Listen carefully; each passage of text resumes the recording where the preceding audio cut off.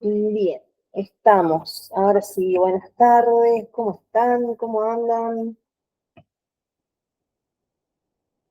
Vamos a ir largando con la clase número 2 ya de este curso de auxiliares en criminalística. Tenían ahí una pequeña tareita para realizar. ¿La pudieran hacer?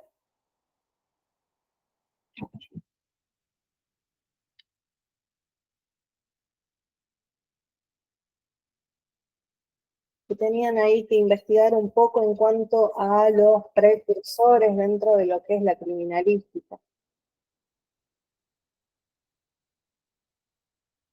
Sí. ¿Sí? Bien. A ver, Cintia, que te veo ahí, sos la única con la camarita encendida. Todos los que puedan encender la cámara, por favor, lo hacen. A ver, coméntanos, Cintia, ¿qué encontraste?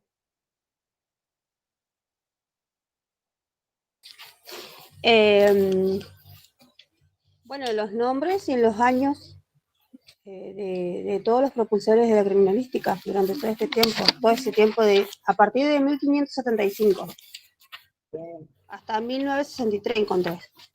bien. De todos esos precursores que encontraste, ¿cuál fue el que más te llamó la atención?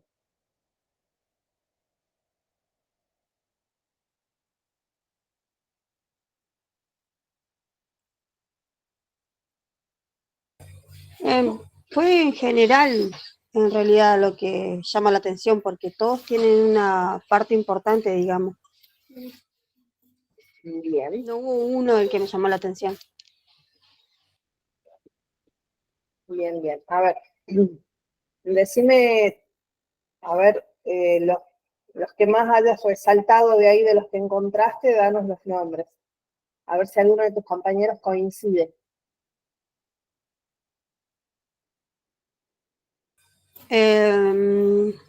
Bueno, algunos tienen nombres medios difíciles. Sí. En 1753, doctor Boucher, que es balística forense, y aportó en balística. Después toxicología, orfila. Sí. A ver, ¿qué más tengo?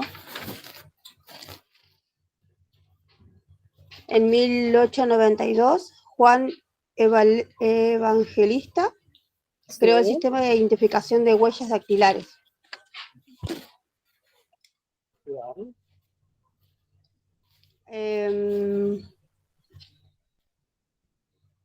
Después, en 1963, Endom Lockhart, criminalística, preservación de la evidencia en la escena del crimen y el criminal. Y bueno, hay un montón, ¿no? 3, 4, 5, 6, 7, 8, 9, 13, 14 encontré yo. Bien, perfecto. A ver, ¿quién más realizó la tarea?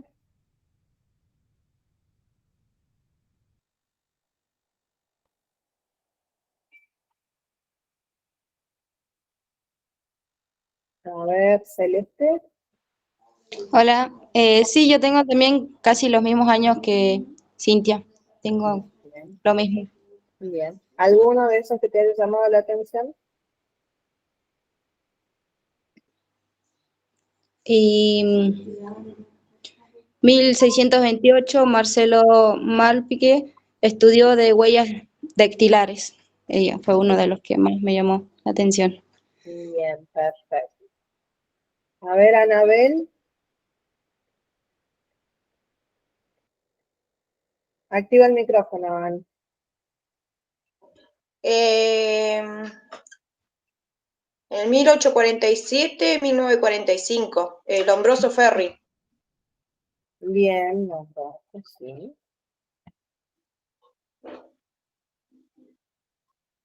A ver, Romina.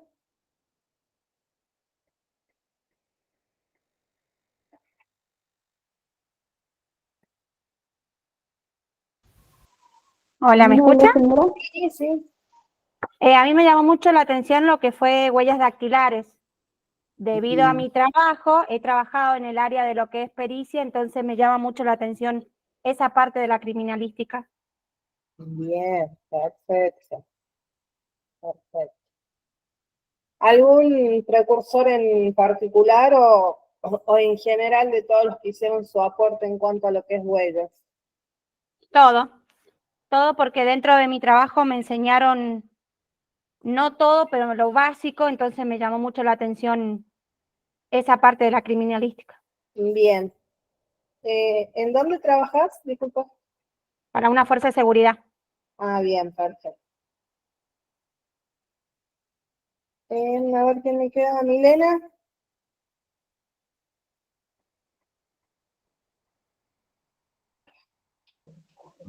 Yo primero investigué sobre los precursores, que son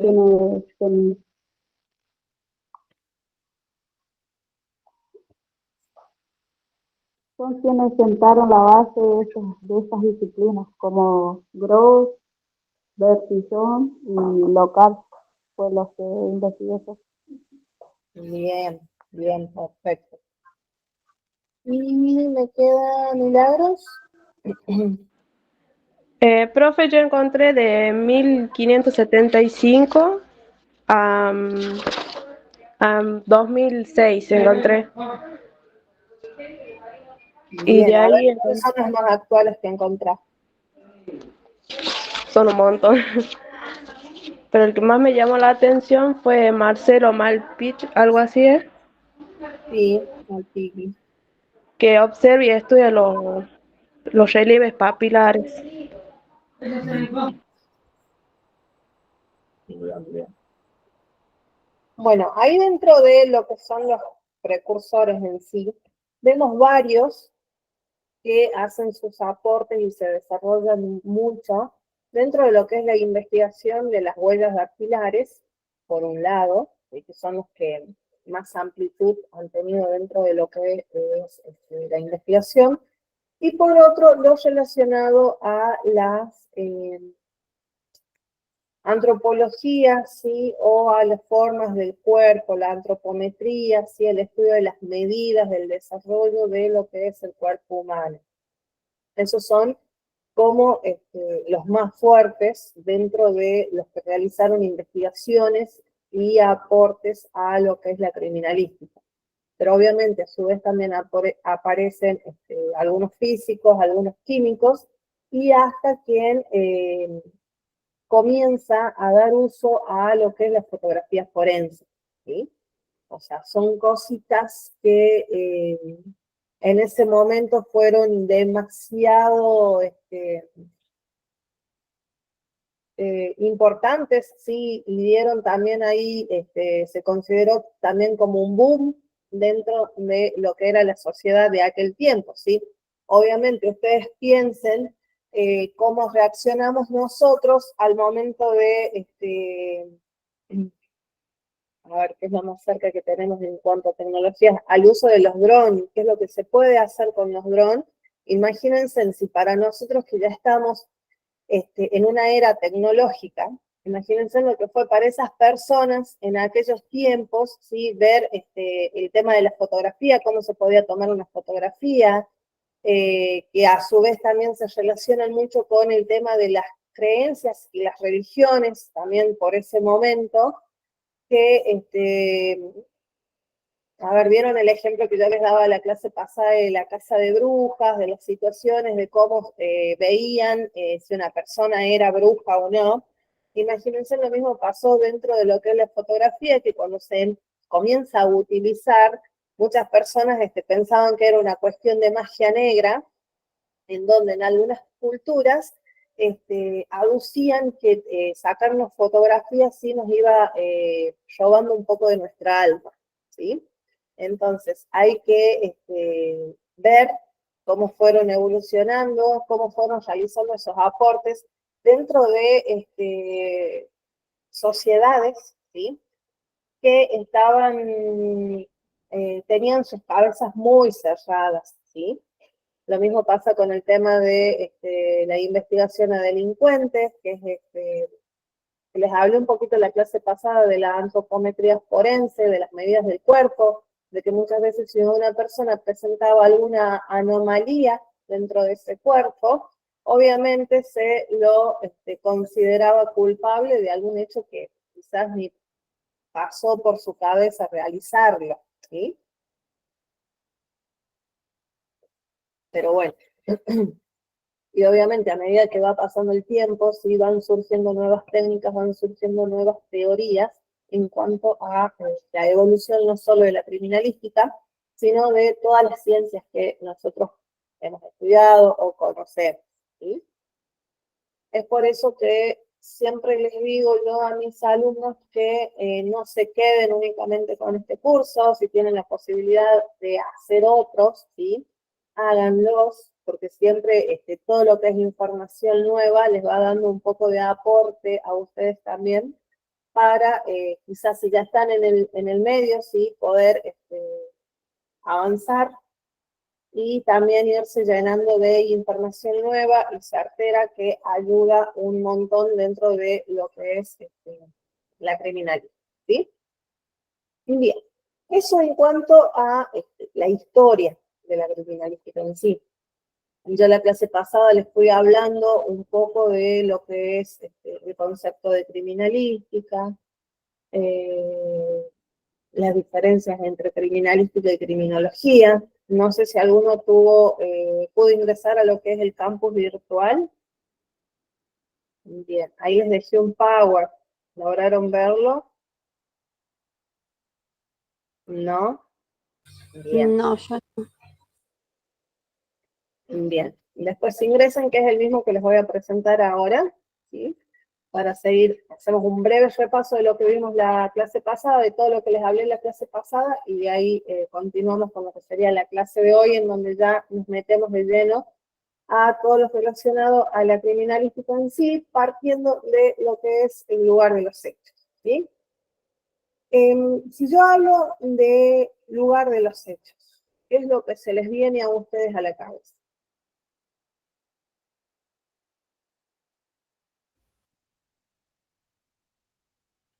El lugar donde sucede el hecho. Bien. Un lugar físico. Bien, un espacio físico en donde ha ocurrido un delito, en este caso. ¿Sí? Ese espacio físico, dentro de lo que es la criminalística, nosotros los dividimos, ¿sí?, en tres. Es lugar de los hechos abierto, lugar de los hechos cerrado y lugar de los hechos mixtos. Si estamos hablando de que el lugar de los hechos es el espacio físico en donde se ha cometido un delito, si yo hablo de un lugar de los hechos abierto, ¿qué se les viene a la cabeza? ¿Qué puede ser un lugar de los hechos abiertos? Al aire libre. Bien, al aire libre. En donde, ¿sí?, la evidencia, en donde las pruebas materiales no tienen suficiente protección, ¿sí?, y un aseguramiento adecuado. Entonces nosotros en ese tipo de lugares de los hechos es en donde debemos de trabajar con más agilidad para no perder lo que serían esas evidencias o esas pruebas, ¿sí? El lugar de los hechos cerrados, ¿qué sería? Una casa. Bien. Un espacio físico que contenga, ¿sí?, o que tenga una protección adecuada, sobre todo a lo que serían las inclemencias climáticas, ¿sí? Porque obviamente no es lo mismo trabajar en un sitio baldío, ¿sí?, en medio de la lluvia, en medio de un viento fuerte, en medio de la nieve, a trabajar con esas condiciones climáticas en un lugar de los hechos cerrados, ¿sí?, como puede ser una casa, como dijo su compañero. En un lugar abierto nosotros, repito, vamos a tener que trabajar con más agilidad, ¿sí?, vamos a tener que ser más rápidos también para que no se pierda ni se destruya evidencia. A diferencia de un lugar de los hechos cerrado, en donde obviamente nosotros vamos a estar un poco más tranquilos para poder trabajar, ¿sí? Vamos a tener quizás ahí un poco de más tiempo quizás para poder buscar más evidencia. Y si digo lugar de los hechos mixtos, Compuesto por dos o más lugares. sí, va a estar compuesto por dos o más lugares, y esos lugares, ¿cómo pueden ser? Un vehículo, la vía pública. Pueden ser abiertos y pueden ser cerrados a la vez, ¿sí? Ahí es en donde nosotros hablamos del lugar de los hechos mixtos, que podemos encontrar en ese mismo lugar de los hechos un espacio abierto y uno cerrado, ¿sí? Ahora bien, hasta acá tenemos a la perfección lo que es lugar de los hechos abierto, lugar de los hechos cerrado y lugar de los hechos mixtos. Ahora bien, si se nos llama para acudir a un lugar de los hechos, ¿sí? En donde tenemos una situación de robo en un galpón. ¿Qué tipo de lugar de los hechos sería? Cerrado. Ahora vamos a un accidente de tránsito. ¿Qué tipo de lugar de los hechos sería? Abierto.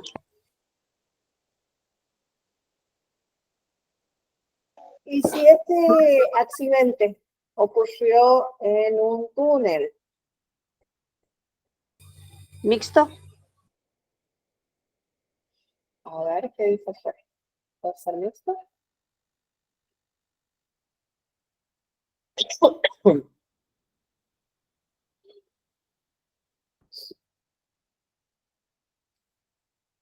¿Qué opina el resto de las compañeras? ¿Puede ser mixto o no?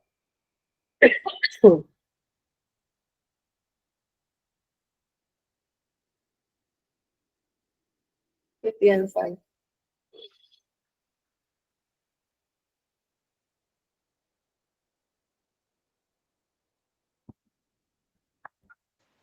Yo creo que también puede ser mixto.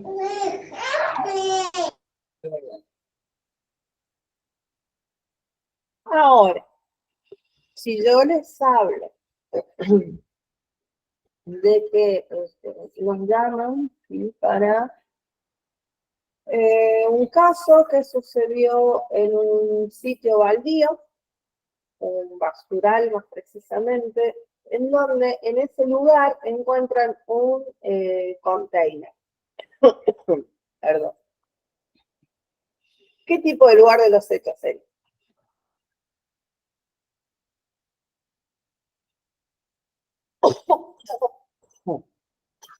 Para mí mixto. Porque está en un Mixto. container que es cerrado y está el aire libre. Bien. Bien. Bueno. Ahí más o menos nosotros vamos viendo lo que serían estas diferencias.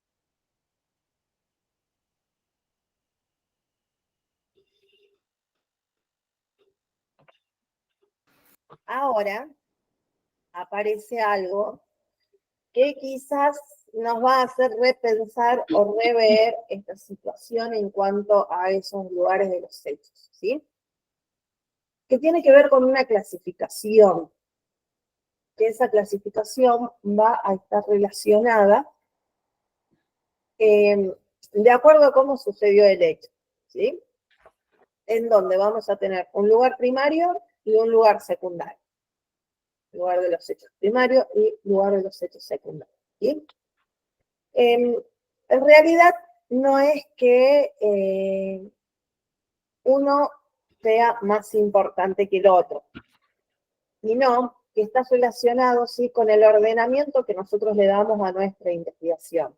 Es fundamental que nosotros seamos muy ordenados en cuanto a estas investigaciones que vamos a realizar, ¿sí? Entonces, dentro de una situación en donde principalmente tengamos un cuerpo de por medio, ¿sí? Vamos a poder identificar quizás un poco más rápido el lugar primario del lugar secundario, ¿sí? Yo les pongo este ejemplo, en donde ingresamos a una vivienda, ¿sí? En esa vivienda, nosotros, avanzamos, nos damos con un living, una cocina, comedor, un pasillo, que ese pasillo nos lleva a las demás habitaciones, ¿sí?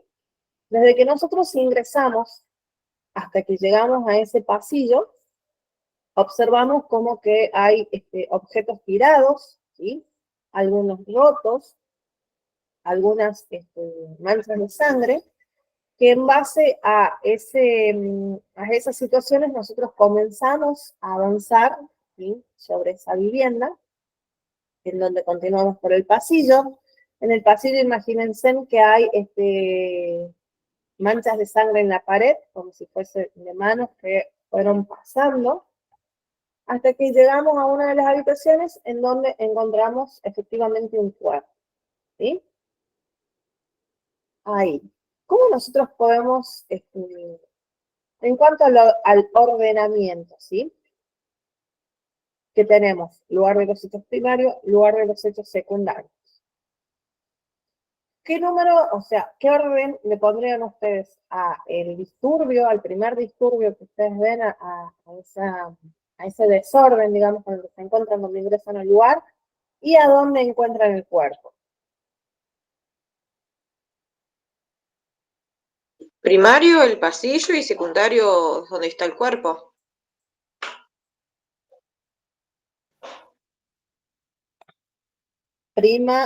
Perdón, ¿cómo? Primario el pasillo y secundario en donde está el cuerpo.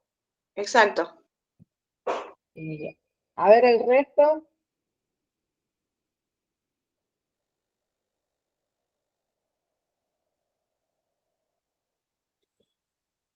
¿Qué piensan? ¿Lo piensan de igual manera? Yo creo que primario puede ser la puerta,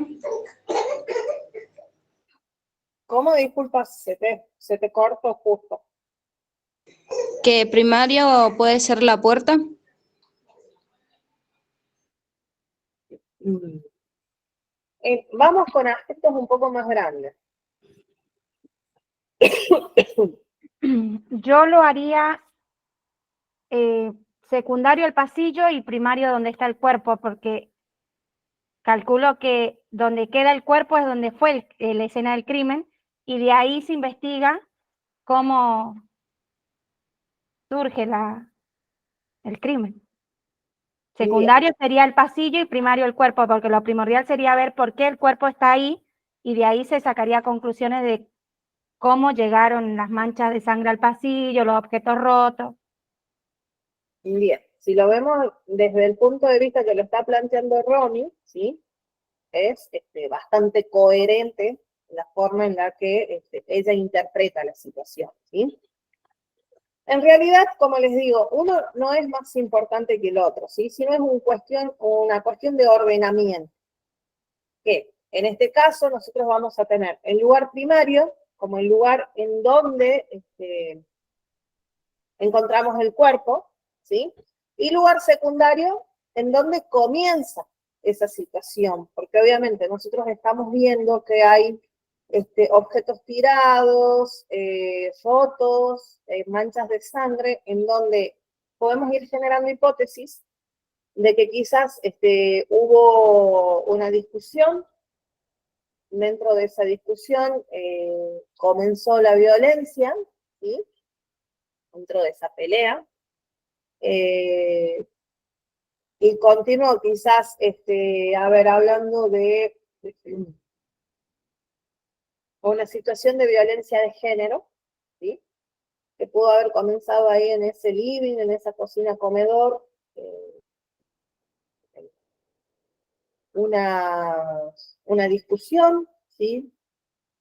Uno reacciona, comienza a tirar cosas, se le pega a la víctima, por eso es donde comienzan a aparecer estos rastros de sangre, ¿sí?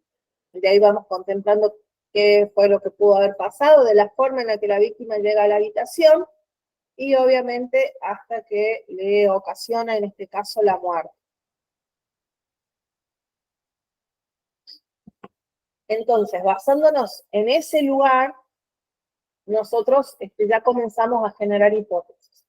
Recuerden que dentro de lo que es la investigación de un criminalista, nos basamos mucho en lo que son esas hipótesis, partiendo de una hipótesis madre, ¿sí? Que se van desplegando subhipótesis hasta llegar, ¿sí?, a quedarnos con una sola, y en base a esa hipótesis comenzamos a trabajar dentro de lo que es nuestra investigación, ¿sí? Siempre nos basamos, obviamente, en los que nos dicen cuando tenemos que llegar o acudir a lo que es el lugar de los hechos. Nos vamos basando en lo que vamos encontrando a primera vista en ese lugar de los hechos. Continuamos con la evidencia que tenemos en ese lugar de los hechos, con el aporte de algunos de los testigos, y en base a eso sí vamos como teniendo nuestro pequeño hilo conductor o la famosa frase atando cabos, ¿sí? En donde nos va llevando a qué es lo que realmente ocurrió en ese lugar de los hechos sobre el que nosotros estamos trabajando, ¿sí? Entonces, hasta acá tenemos lugar de los hechos, tipos de lugar de los hechos, hablamos del lugar de los hechos primario, lugar de los hechos secundarios. Y acá aparece lo que sería la escena del crimen, que muchas veces se escucha decir a algunos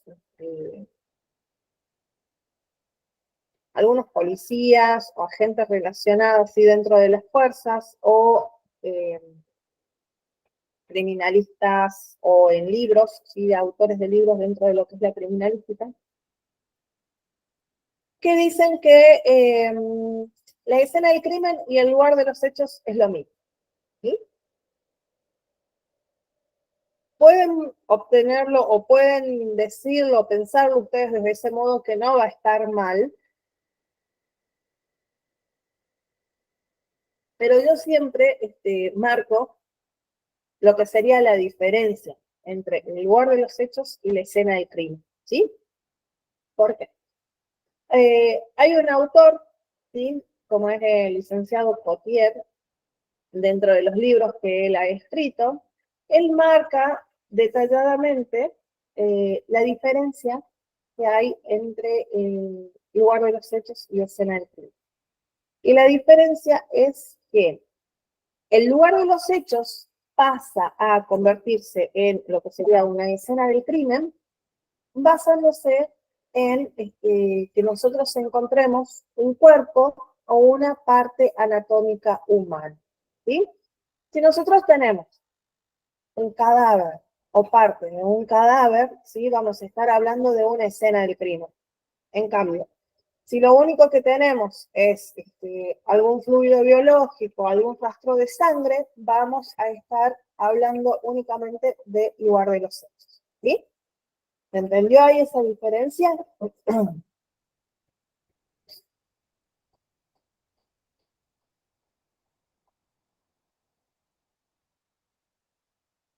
Entonces, volviendo, ¿sí?, a el ejemplo que les estaba dando recién de esa vivienda en donde se encuentra un cuerpo, en donde vemos la situación de elementos en el piso, elementos, perdón, rotos. ¿Ustedes qué piensan?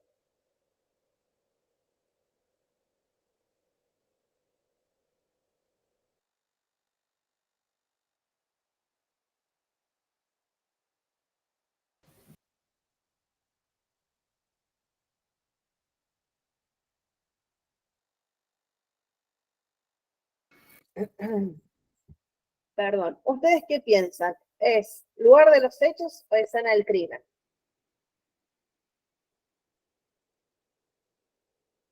volviendo al ejemplo que yo les di.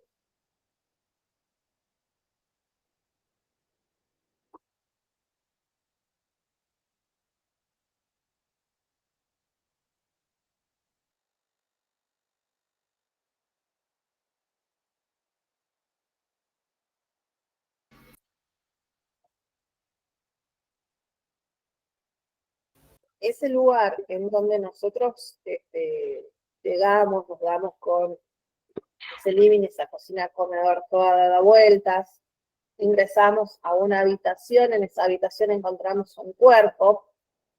¿Frente a qué estaría? Inicialmente Escena del sería, crimen. A ver, Romy. creo yo que inicialmente sería, iniciando, ¿no? Ingresando a la casa sería lugar de hechos, porque hasta el momento no encontramos un cuerpo. Cuando encontramos un cuerpo, vendría a ser escena del crimen. Exactamente. Sí, nosotros obviamente primero vamos pensando que vamos a actuar directamente sobre un lugar de los hechos, hasta que comenzamos la investigación y nos damos con que hay un cuerpo. Al momento de encontrar ese cuerpo, ese lugar de los hechos ya comienza a denominarse escena del crimen. ¿Sí? ¿Se entendió ahora? Bien. Entonces, tenemos tipos de lugar de los hechos, lugar de los hechos primario, lugar de los hechos secundario y escena del crimen. ¿Hasta acá tienen alguna duda, chicas?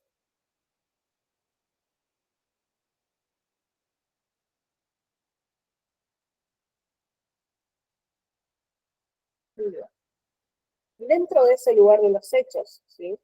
Nosotros debemos de comenzar con lo que es el aseguramiento y la protección de ese lugar de los hechos. ¿Para qué se realiza un aseguramiento y una protección? A ver qué piensan ustedes.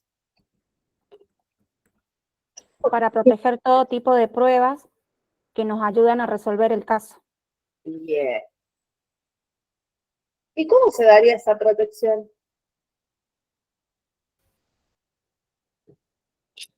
No dejando ingresar a nadie a la casa. Primero. Bien. Bien. ¿Qué más?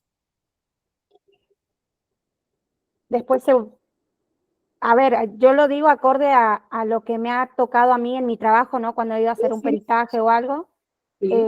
Primero no dejamos ingresar nadie a la casa. Aseguramos que nadie ingrese, solamente las personas que van a hacer la investigación. Se mira la escena, se marcan huellas dactilares, se buscan huellas dactilares, se marcan pruebas en el piso, prendas, se sacan fotos y todo lo que se pueda ir guardando, se va guardando siempre una vez que se hayan sacado fotos y siempre, bueno, uno con la protección de guantes, barbijos, la protección necesaria para no tener que intoxicar la escena. Bien. Bien. Ahí sería como nosotros entonces protegeríamos y aseguraríamos ese lugar de los hechos. Ese aseguramiento y esta protección, así como lo está mencionando acá su compañera, está relacionado obviamente para que no se pierda evidencia, no se destruya evidencia y para que no se coloque evidencia nueva, ¿sí?, sobre ese lugar de los hechos. Obviamente, tienen que ingresar a ese lugar de los hechos con toda la protección adecuada, en donde ustedes tienen que cuidar de no estropear y ni entorpecer lo que sería el buen funcionamiento y desarrollo dentro de lo que es esa investigación. El aseguramiento, ¿sí?, nosotros se lo damos al lugar de los hechos en sí, en donde se divide en 3 zonas, ¿sí? Dentro de cada una de esas zonas va un perímetro el cual va a estar determinado para cada uno de las personas que puedan andar ahí rondando en ese lugar de los hechos. Y la protección se la vamos a dar a el espacio físico más la evidencia que contenga, ¿sí? Dentro de lo que es ese aseguramiento, ¿sí? Como les estaba diciendo, lo dividimos en zonas. En caso de que sea una vivienda, ¿sí? Vamos a comenzar por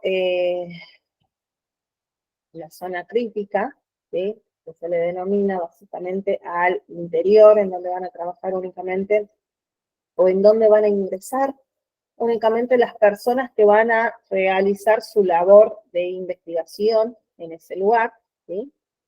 Después tenemos la segunda división que vamos a hacer, que ahí se encuentra personal de la fuerza, ambulancias, ¿sí? En caso de que sean necesarias. Y por último, la tercera zona, sí, que va a estar relacionado al vallado que vamos a darle para evitar que ingrese lo que sería la prensa o algunos curiosos a lo que es el lugar de los hechos. No sé si ustedes observaron que cuando ocurre algo, ya sea un accidente de tránsito, un robo, los primeros que se amontonan sobre ese lugar de los hechos son los curiosos, ¿sí? Que muchas veces no hacen ningún aporte a la situación que está ocurriendo. Entonces es por eso que nosotros tratamos de delimitar esa zona sobre la que vamos a trabajar y vamos a trabajar.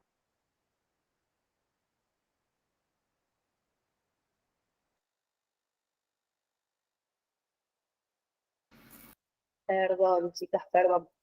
Vamos a tratar de ponerlas lo más lejos posible para que no entorpezcan nuestro trabajo y el de las fuerzas de seguridad, que muchas veces son las primeras en llegar a lo que sería el lugar de los hechos.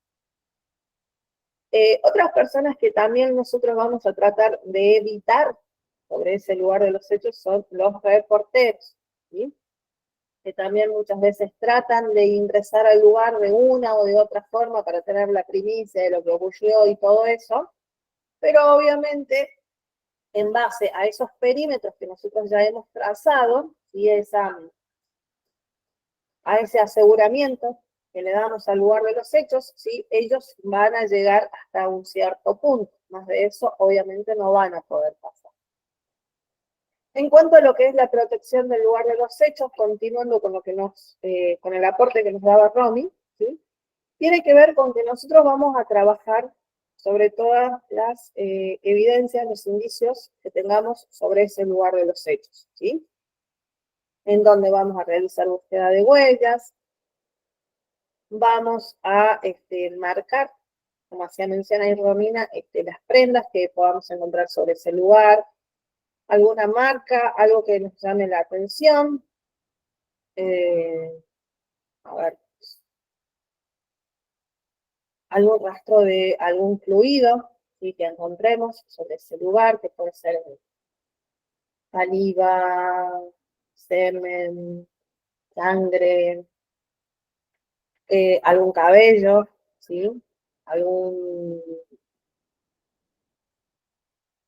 ¿Qué más podemos encontrar sobre el lugar de los hechos? Bueno, toda esa evidencia, ¿sí? Nosotros la vamos a ir ordenando, ¿sí? Al momento en el que ingresamos al lugar de los hechos, ¿sí? Y acá es en donde aparecen las formas, ¿sí? En cómo nosotros podemos realizar esta búsqueda de evidencias sobre el lugar de los hechos, ¿sí? Hay formas aconsejables. No sé si han leído alguno de los manuales o los protocolos que yo les dejé en el campus, en donde habla de cómo nosotros vamos a buscar evidencia en el lugar de los hechos, ¿sí? Dependiendo del tipo de lugar de los hechos, ya sea abierto, cerrado o mixto, ¿sí? Hay formas sugeridas para realizar esa búsqueda de evidencia, ¿sí? Nosotros partimos del hecho ¿De qué? Si estamos en un lugar de los hechos.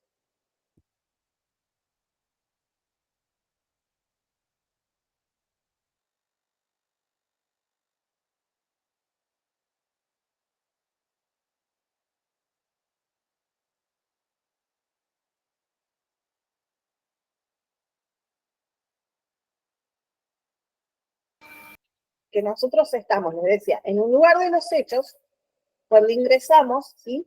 Comenzamos a observar qué es lo que podemos encontrar sobre ese lugar de los hechos.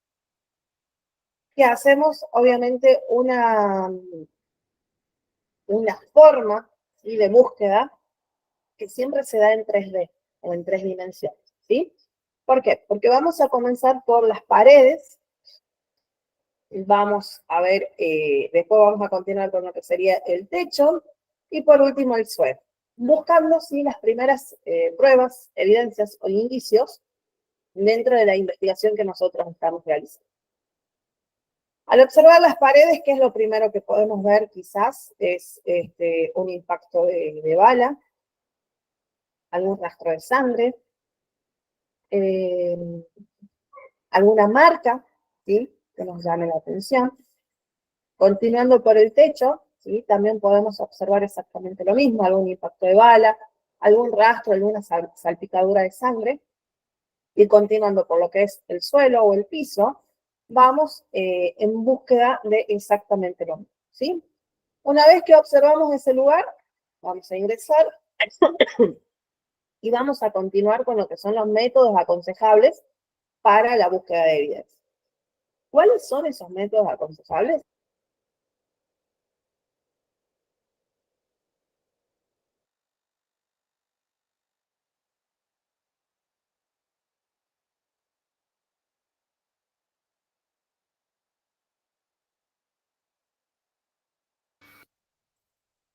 Y bien, como les decía, esos métodos aconsejables van a depender del lugar sobre el que nosotros vamos a trabajar. Tenemos uno que se llama en cuadrícula, otro que se llama espiral, otro que se llama de punto a punto, otro que se llama de strip, de franjas, lineal, bueno, de abanico, entre otros. Ahora, ¿de qué estoy hablando? ¿Sí? Estoy hablando, ¿sí?, de la forma en la que nosotros vamos a buscar un orden y vamos a poder conectar con evidencia y los indicios que tengamos en el lugar de los hechos. Si hablo de una búsqueda de tipo cuadrante, que muchas veces se lo utiliza en lugar de los hechos abiertos y cerrados también, tiene que ver con que el lugar en donde nosotros nos encontremos lo vamos a dividir en 4. ¿Sí? Al dividir ese lugar en 4, le vamos a dar un orden a cada una de esas divisiones. ¿Sí? Pueden ser con letras, pueden ser con números. Siempre es recomendable darlo con letras, ¿sí?, ya que a los números los vamos a asignar a la evidencia o los indicios que encontramos en el lugar de los hechos con los famosos testigos métricos, ¿sí?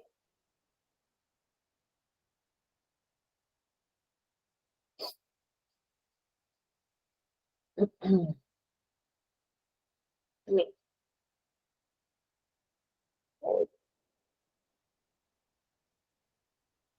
Ahí está.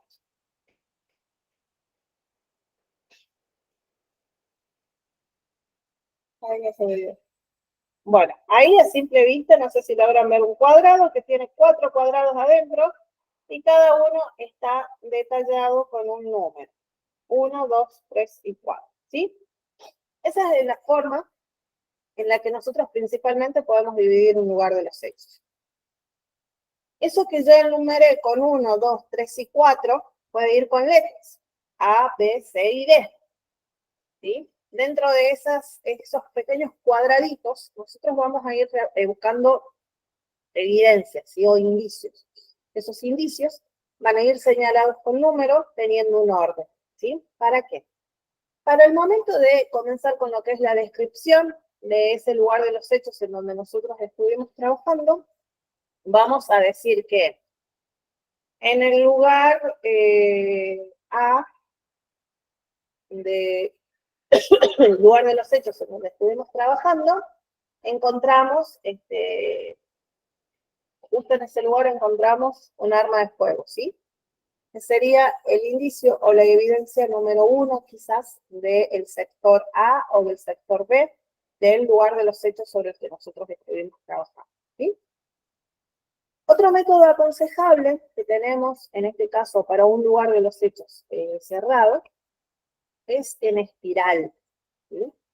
Que en espiral, obviamente, nosotros vemos que es que comienza de adentro hacia afuera, o de afuera hacia adentro, en donde, ¿qué es lo que vamos a señalar? Quizás encontramos un indicio muy importante sobre ese lugar, sobre esa habitación, quizás. Entonces, basándonos desde ese indicio, comenzaríamos lo que sería el espiral, ya sea de adentro hacia afuera o de afuera hacia adentro, ¿sí? Y en base a eso vamos a ir siguiendo un camino en donde vamos a ir en búsqueda de otros indicios o de otras evidencias, ¿sí? También tenemos el que se denomina de punto a punto, que en este caso quizás podemos tener un cadáver, un arma de fuego y un impacto. Entonces, basándonos en esos 3 puntos, vamos a ir desde el cadáver a donde se ubica el arma de fuego, buscando indicios, y desde el arma de fuego hacia donde está el impacto de bala, ¿sí? Vamos a ir buscando indicios. Por eso vamos de punto a punto en lo que sería nuestra búsqueda. Después hablé de lo que son las búsquedas por franjas o lineales, ¿sí?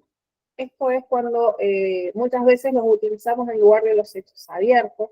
Obviamente son lugares con más cantidad de metros para trabajarlos, en donde muchas veces necesitamos de todo el equipo técnico con el que nosotros nos movemos, ¿sí? En donde nosotros nos ubicamos uno al lado del otro, ¿sí? Y comenzamos a avanzar. Cada uno avanza de forma lineal o de franja, y sobre ese camino en el que nosotros vamos avanzando, vamos a ir realizando esta búsqueda de evidencia para, obviamente, investigar qué es lo que sucedió. Este tipo de formas, ¿sí? Se dan también se aplica en realidad para personas desaparecidas, que es una forma también de buscar evidencias o pruebas, ¿sí? Que nos guíen hacia dónde pudo haber ido la persona o si hubo algún otro involucrado en esa desaparición, ¿sí? Bueno, eso sería más o menos en cuanto a los métodos aconsejables. Lean lo que serían esos manuales y esos protocolos que yo les dejé, que hablan sobre estos métodos aconsejables para la búsqueda de evidencia en el lugar de los hechos. Y hablan también del aseguramiento y la protección de lo que sería el lugar de los hechos, ¿sí? ¿Alguna duda hasta acá?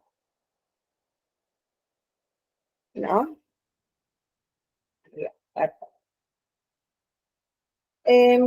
Bien. Dentro de esos métodos aconsejables, más o menos ya les hice un paneo de cuáles serían. En el campus, por favor, me dicen si es que pueden visualizar ese power del que les estuve hablando, y también cargué un pequeño apunte. No había estado funcionando bien hasta el día lunes porque había estado en mantenimiento. No sé en qué momento ingresaron ustedes, pero sé que hasta el lunes había estado ahí un poco, no había funcionado en realidad. Bien, entonces, ¿qué vimos hoy? Lugar de los hechos, tipos, diferencia del lugar de los hechos y escena del crimen, un poco de protección y aseguramiento del lugar de los hechos, y los métodos aconsejables para la búsqueda de evidencia.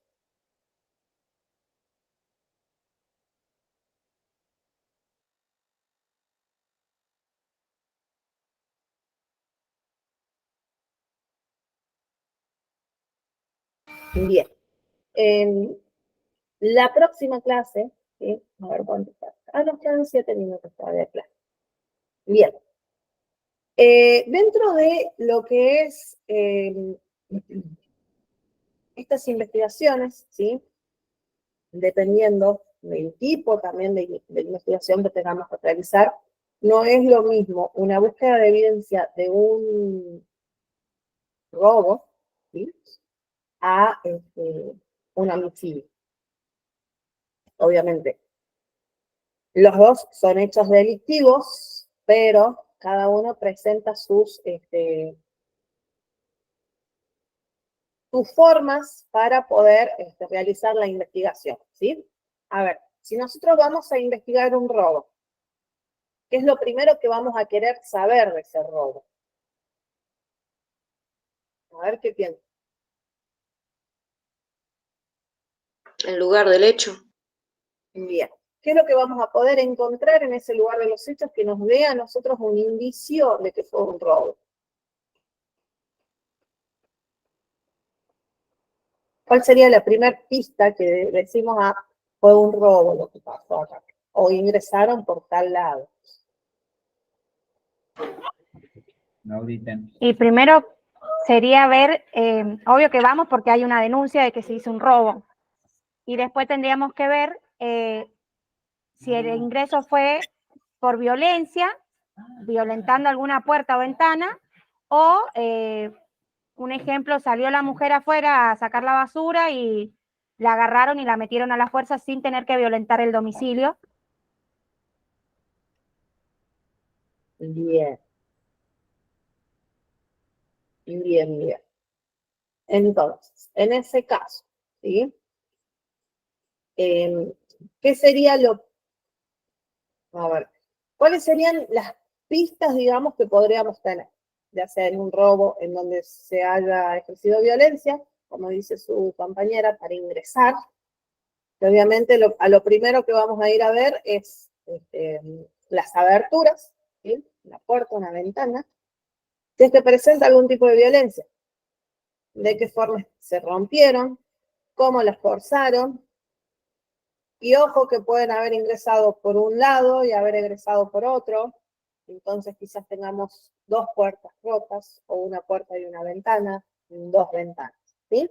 Ahí es cuando nosotros vamos dándole una evolución dentro de lo que es esa investigación, y en donde nosotros nos basamos en la primer llamado que tenemos para avisarnos que ocurrió un hecho delictivo, y después en cuanto a lo que es nuestra investigación, en donde dentro de esa investigación nosotros vamos a hacer hasta lo imposible, ¿sí? Para poder determinar qué es lo que verdaderamente ocurrió en ese lugar de los hechos.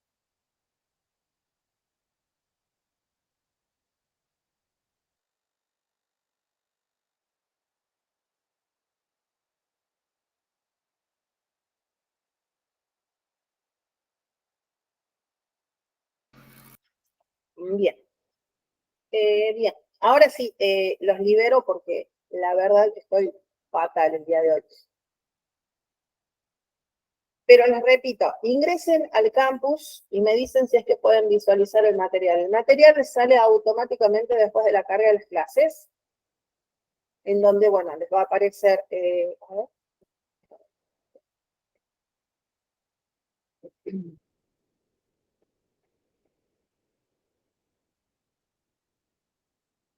Les aparece, bueno, la presentación del campus, les aparece el tema de las clases, el link para poder acceder a las clases, y después de eso aparece lo que es el material de consulta.